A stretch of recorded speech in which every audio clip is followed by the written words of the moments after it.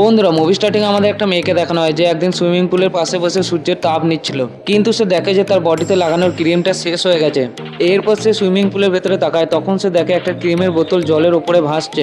তখন মেয়েটা সে ক্রিমের বোতলটাকে নেওয়ার জন্য হাত বাড়িয়ে দেয়, কিন্তু তার হাত সে ক্রিমের বোতলটার কাছে পৌঁছচ্ছিল না। এরপর মেয়েটা বড় একটা ছাঁকনি এনে সে ক্রিমের বোতলটাকে জলের ভেতর থেকে তুলে আনে এবং তারপর তার শরীরে লাগাতে শুরু করে।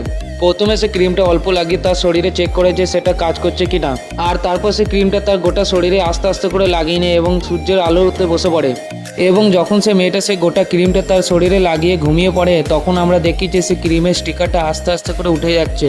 আর সে স্টিকারটা উঠে যেতেই তার নিচে দেখা যায় যে একটা ডেঞ্জার নামক স্টিকার লাগানো আছে, যেটা দেখে এটা বোঝা যায় যে এটা শরীরের পক্ষে খুবই বিপজ্জনক। তারপর কিছু সময় পরে আমরা দেখি যে তার এক বন্ধু তাকে খুঁজতে এসেছে, আর তার বন্ধু সেখানে এসে দেখে যে সেই মেয়েটা মারা গেছে, কারণ সে ক্রিমটা লাগানোর কারণে তার শরীরটা এতটাই গরম হয়ে গেছে যে সূর্যের আলো সেটা পুড়ে লাল হয়ে গেছে।